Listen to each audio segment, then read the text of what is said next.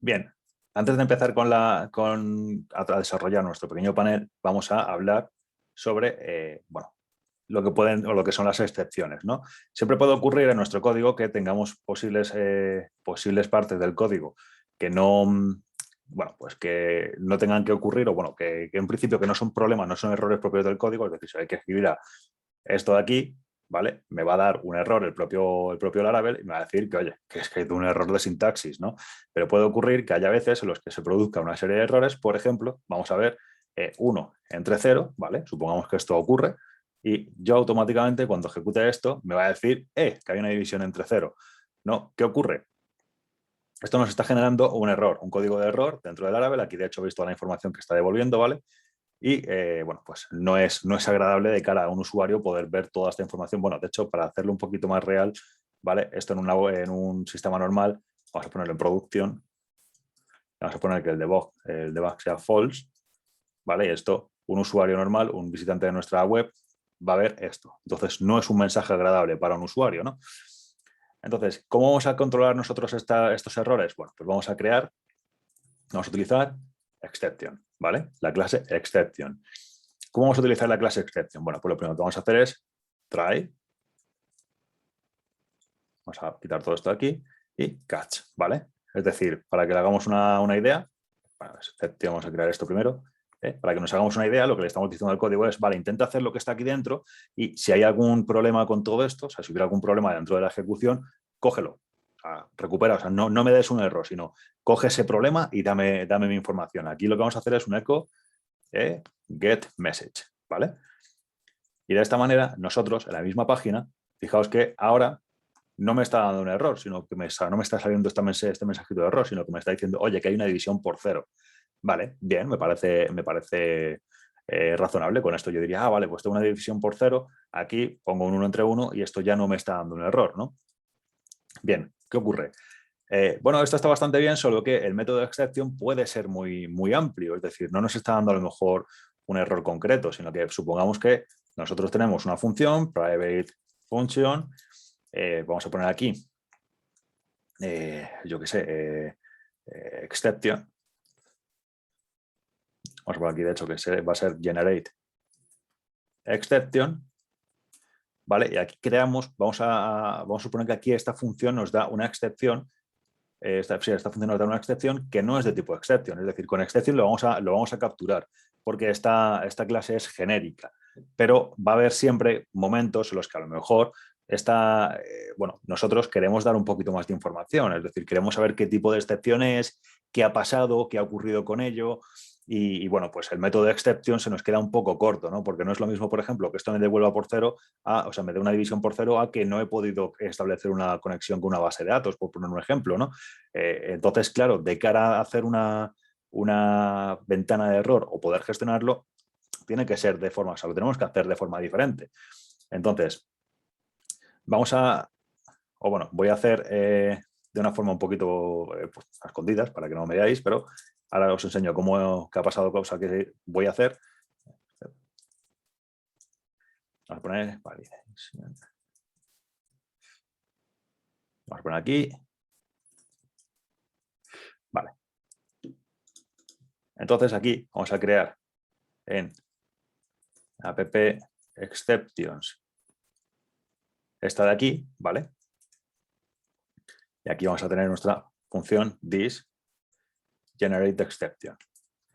Y esta función lo único que va a hacer es throw new custom validation exception. Custom validation exception es una clase, es una excepción que yo he creado fuera de cámara para que no lo veáis, ¿vale? Porque ahora os enseñaré cómo hacerlo, pero no quería que fuera el comienzo de...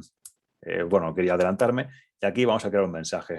Se ha generado una excepción personalizada.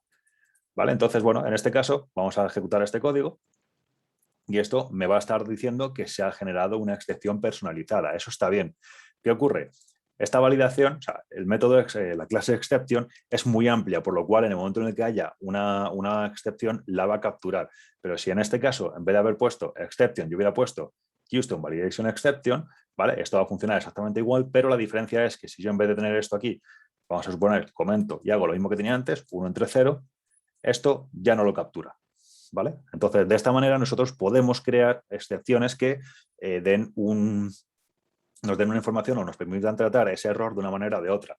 La forma en la que nosotros podríamos tratar esto es, en vez de ponerlo aquí, podríamos hacer un catch debajo, es decir, nosotros podemos anidar tantos catch como queremos y aquí podríamos crear solamente uno para exception. De esta manera, el 1 entre 0 ya nos está devolviendo la división por 0.